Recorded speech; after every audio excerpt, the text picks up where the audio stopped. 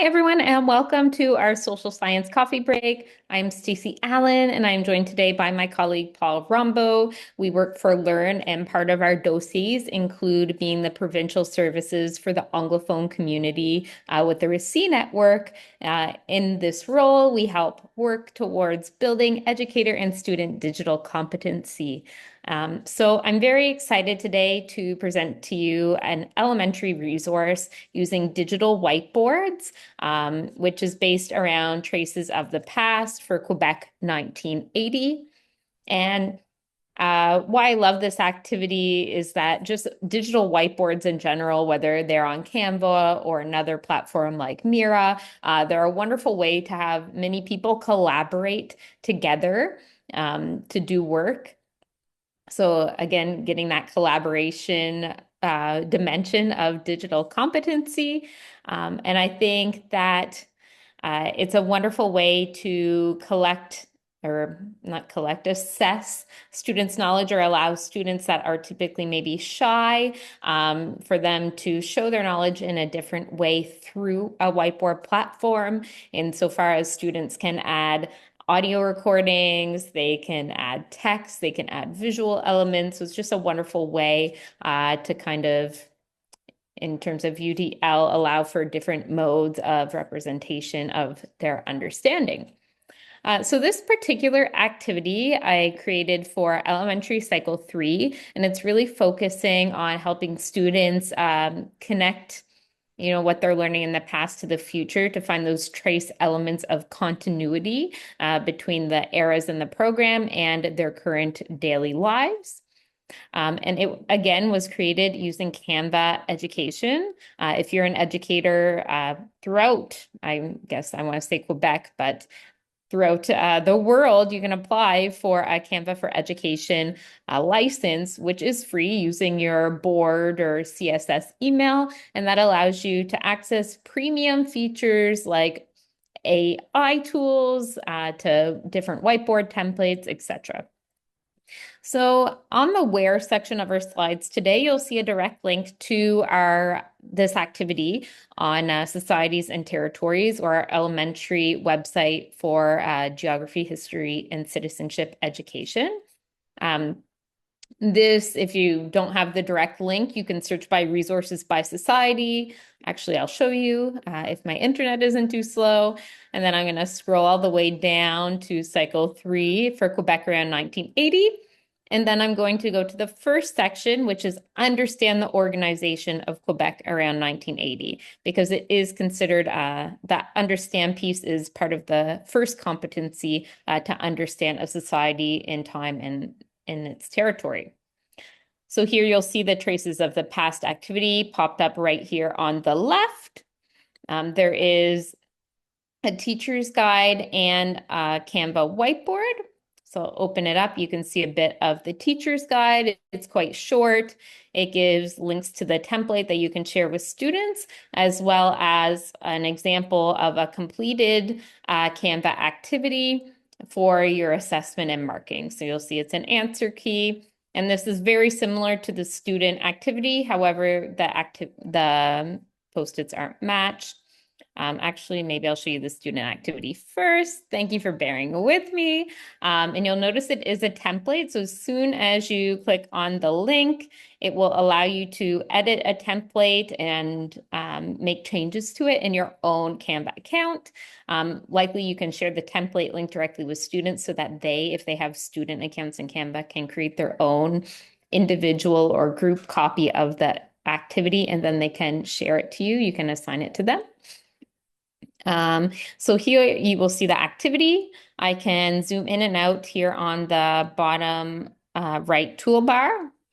You'll see on slide 2, it has all the instructions for the whiteboard. So the students have to match the elements here to the different traces. And they do that by dragging and dropping the traces. Okay. Then they need to use the Post-it to explain the connection or the continuity and how it affected, how it still affects their lives. And then they have to look through all the elements and traces and think about which one has the biggest impact on their life today. So you'll see here, for example, 1980, Around there, it has the creation of the hospital insurance plan. Well, maybe students might match that to modern day health insurance in Quebec. They all might be familiar with a Sun card if they're from Quebec, so that the RAMQ will pay for their bills. When they need medical care, again here, Department of Education, well, that's maybe linked to secular education today, where we have the QEPs and most students are learning the same thing. And maybe the James Bay project, that could be linked to electricity bills. And they each have a little bit of a description. So if some of these events or the traces are newer to students, they can also have a conversation about those traces and their implications. So again, maybe if I did these three, maybe I would explain the link here, and then students could add a sticky note. Maybe if they think healthcare has the biggest impact on their daily lives, they could press S on their keyboard to create a new sticky note. They could place it here, and then they could write their text about why, reflecting on this specific element, they think it impacts their lives today and to what extent. So that is a bit of this Canva whiteboard activity. Canva has a ton of different whiteboard templates. Actually, I can just log you into Canva right now or transport you over there. And you'll see if I go to templates, I could type in whiteboard. I can also search here by specific whiteboard. Oh, that creates a new one. They've updated Canva again. Let me just type in whiteboard templates.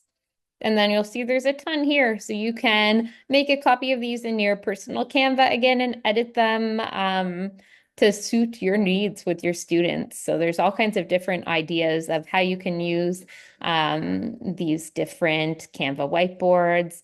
Like this one, I could see doing a KWL chart. You know, you could edit the backlog in progress done to KWL. Anyway, lots of different ideas. I encourage you to explore Canva's templates for digital whiteboards, and we can't wait to hear how you explore these tools with your students. Paul, I'm going to hand it off to you to present a secondary resource. Well, hello everybody, and I am going to bounce off a little bit of what Stacy had done with regards to digital whiteboards in Canva. She's much more of an expert than I am in Canva, but I saw what she had done, and I went in and gave it a try. It reminded me a lot of when I was teaching online, actually.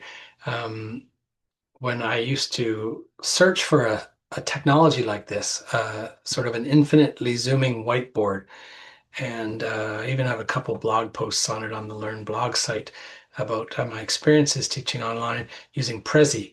But this is a much more available, easier to get students into, and free. Well, if your board has access, that is. And anyway, I had a great time setting this up. So let me talk about what I did.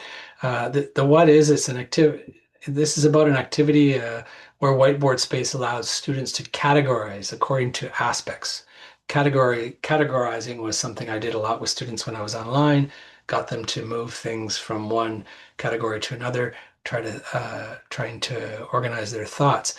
But why in history in this particular subject area, secondary cycle one, that's the who. The why would be that the students are making connections between facts, and the connections between facts is a way for students to analyze events and thus characterize the time period, the competency one. So large observable whiteboard I mentioned allows the students to manipulate documents and place them, but in a collaborative fashion. So the activity I developed is based on some materials from a sh short, short LES type task collection that I built that's available on educators. It was about industrialization and events that still affect us today, similar to what Stacy has done in her example. Maybe that's why why I did this one actually. But it's also because I'm working using these materials for an up and coming workshop where I'm creating cards with them. Um, so I was creating cards and designing game with those same materials. those materials were based on were built using Notebook LM.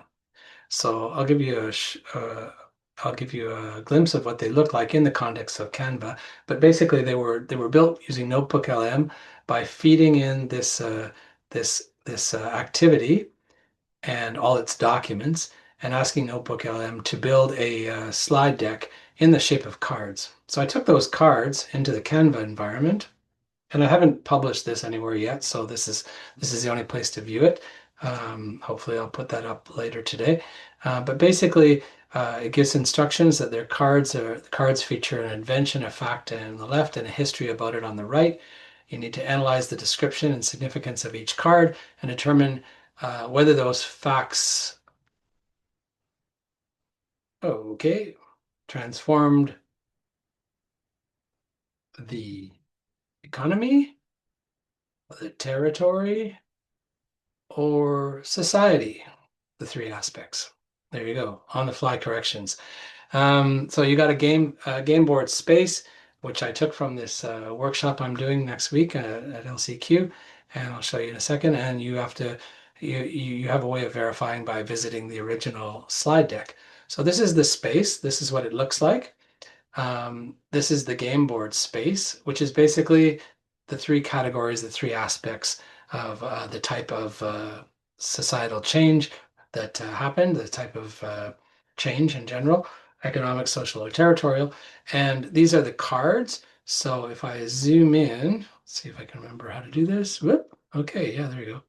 So you've got a card about child labor, one of the more traumatic and serious and negative effects of the industrialization period, and students would need to drag that onto a spot they felt was represented what kind of change it was. And then also, I took this directly from Stacy's. You can take one of these sticky notes and you can drag that over and you can justify why you put it there.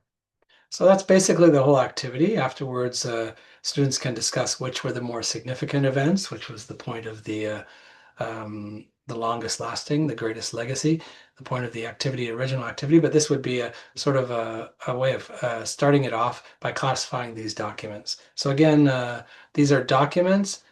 They could be any format of documents, but these were produced using Notebook LM and feeding in the information from an activity and asking it to write description, significance, and consequence. And they serve as great cards in this space where I can organize them according to this board. So that's a great example for me of how to use Canva whiteboards in secondary cycle 1. And thanks again to Stacy for showing me this. That's my share for today.